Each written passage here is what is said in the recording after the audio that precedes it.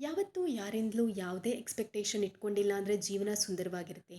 Hi hello ಎಲ್ರಿಗೂ. ಇವತ್ತು filter free ಕಿಚನ್ನಲ್ಲಿ ಏನು ತಯಾರಾಗ್ತಿದೆ ಅಂತ ನೋಡೋಣ ಬನ್ನಿ.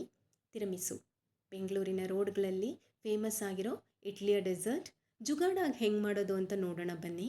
ಒಂದು ಮಿಕ್ಸಿ ಜಾರ್ ತಗೊಳ್ಳಿ, ಅದಕ್ಕೆ 200 ಗ್ರಾಮ್ ಆಗೋಷ್ಟು ಪನೀರ್ ಹಾಕಿ, ಆಮೇಲೆ 2 ಟೇಬಲ್ ಸ್ಪೂನ್ ಆಗೋಷ್ಟು ಫ್ರೆಶ್ ಕ್ರೀಮ್, ಹಾಗೆ 2 ಟೇಬಲ್ ಸ್ಪೂನ್ ಆಗೋಷ್ಟು ಕಂಡೆನ್ಸ್ಡ್ ಮಿಲ್ಕ್, ಮತ್ತು 1 ಟೀ ಸ್ಪೂನ್ ಆಗುವಷ್ಟು ವೆನಿಲಾ ಎಸೆನ್ಸ್, ಮತ್ತು 2 ಟೇಬಲ್ ಸ್ಪೂನ್ ಹನಿ, ಹಾಗೂ ಅರ್ಧ ಕಪ್ ಆಗುವಷ್ಟು ಹಾಲು ಹಾಕಿ ಸ್ಮೂತ್ ಪೇಸ್ಟ್ ಮಾಡ್ಕೊಳ್ಳಿ. ಅದು ಕ್ರೀಮಿ ಟೆಕ್ಸ್ಚರ್ನಲ್ಲಿರಬೇಕು. ಜಾಸ್ತಿ ಹಾಲನ್ನು ಹಾಕಿ ನೀರಾಗದಂತೆ ನೋಡ್ಕೊಳ್ಳಿ. ನಿಮ್ಮ ಹತ್ರ ಎಲೆಕ್ಟ್ರಿಕ್ ಬ್ಲೆಂಡರ್ ಇದ್ದರೆ ಅದರಿಂದ ತುಂಬ ಸ್ಮೂತಾದ ಪೇಸ್ಟ್ ರೆಡಿ ಆಗುತ್ತೆ. ಅದನ್ನು ಪಕ್ಕಕ್ಕಿಟ್ಟು ಇನ್ನೊಂದು ಬೌಲ್ ತಗೊಳ್ಳಿ.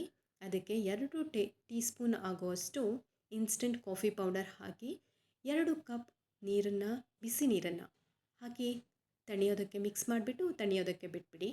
ತಣ್ಣಗಾದ ಮೇಲೆ ಅದರಲ್ಲಿ ರಸ್ಕನ್ನು ಹಾಕಿ ಅದನ್ನು ಡಿಪ್ ಮಾಡಿ. ಅಥೆಂಟಿಕ್ ತಿರಮಿಸುನಲ್ಲಿ ಲೇಡಿ ಫಿಂಗರ್ಸ್ ಬಿಸ್ಕೆಟನ್ನ ಉಪಯೋಗಿಸ್ತಾರೆ. ನಾನು ಮೊದಲೇ ಹೇಳ್ದ ಹಾಗೆ ಇದು ಜುಗಾಡ್ ತಿರಮಿಸ್. ಈಗ ಡಿಪ್ ಮಾಡಿರೋ ರಸ್ಕ್ ಏನಿದೆ ಅದನ್ನು ಗ್ಲಾಸ್ ಕಂಟೈನರಲ್ಲಿ ಒಂದ್ರ ಪಕ್ಕ ಒಂದು ಅರೇಂಜ್ ಮಾಡ್ತಾ ಹೋಗಿ.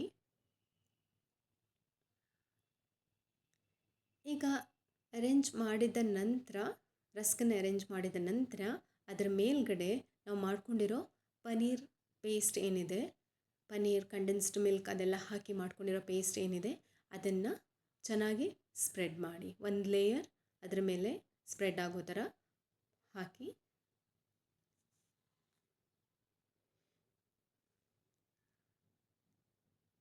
ಇದಾದ ನಂತರ ಪುನಃ ಇನ್ನೊಂದು ಲೇಯರ್ ರಸ್ಕ್ ಏನಿದೆ ಅದನ್ನು ಕಾಫಿ ಡಿಕಾಕ್ಷನಲ್ಲಿ ಡಿಪ್ ಮಾಡಿ ಪುನಃ ಇನ್ನೊಂದು ಲೇಯರ್ ಇಟ್ಟು ಅದರ ಮೇಲ್ಗಡೆಗೆ ಪುನಃ ಪನೀರ್ ಪೇಸ್ಟ್ ಏನಿದೆ ಅದನ್ನು ಜನರಸ್ ಆಗಿ ಸ್ಪ್ರೆಡ್ ಮಾಡಿ. ಚೆನ್ನಾಗಿ ಅದರ ಮೇಲೆ ಸ್ಪ್ರೆಡ್ ಮಾಡಿ. ಯಾಕಂತಂದರೆ ಅದರಿಂದನೇ ಚೆನ್ನಾಗಿರೋ ಫ್ಲೇವರ್ ಬರೋದು. ಈಗ ಅದರ ಮೇಲ್ಗಡೆಗೆ ಕೋಕೋ ಪೌಡರ್ ಏನಿದೆ ಅದನ್ನು ಸ್ಪ್ರಿಂಕಲ್ ಮಾಡಿ ಈ ಗ್ಲಾಸ್ ಕಂಟೈನರ್ನ ಮುಚ್ಚಿಬಿಟ್ಟು ರೆಫ್ರಿಜರೇಟ್ ಮಾಡಿ. ಸಾಧಾರಣ 8 ಗಂಟೆ ಹೊತ್ತು ಅಥವಾ ಓವರ್ನೈಟ್ ಇಟ್ಟರೂ ಚೆನ್ನಾಗಿರುತ್ತೆ. ನಾನಿಲ್ಲಿ ಮಾಡಿರೋದು ಬರೀ 4 ಗಂಟೆ ಮಾತ್ರ ಫ್ರಿಜ್ನಲ್ಲಿಟ್ಟಿರೋದು. ಅದನ್ನು ನಮಗೆ ಬೇಕಾಗಿರೋ ಶೇಪಿಗೆ ಕಟ್ ಮಾಡಿಕೊಂಡು ಇಮ್ಮಿಡಿಯೇಟಾಗಿ ಸರ್ವ್ ಮಾಡಿ. ತುಂಬ ರುಚಿಕರವಾಗಿರುತ್ತೆ ಸ್ನೇಹಿತರೆ. ಒಮ್ಮೆ ಮನೆಯಲ್ಲೇ ಮಾಡಿ ನೋಡಿ. ರುಚಿ ಶುಚಿ ಜೊತೆಗೆ ಖರ್ಚು ಕೂಡ ಕಡಿಮೆ ಆಗುತ್ತೆ. ಒಮ್ಮೆ ಮಾಡಿ ನಿಮ್ಮ ಫೀಡ್ಬ್ಯಾಕನ್ನು ಕೊಡೋದನ್ನು ಮರಿಬೇಡಿ ಫ್ರೆಂಡ್ಸ್. Thank you.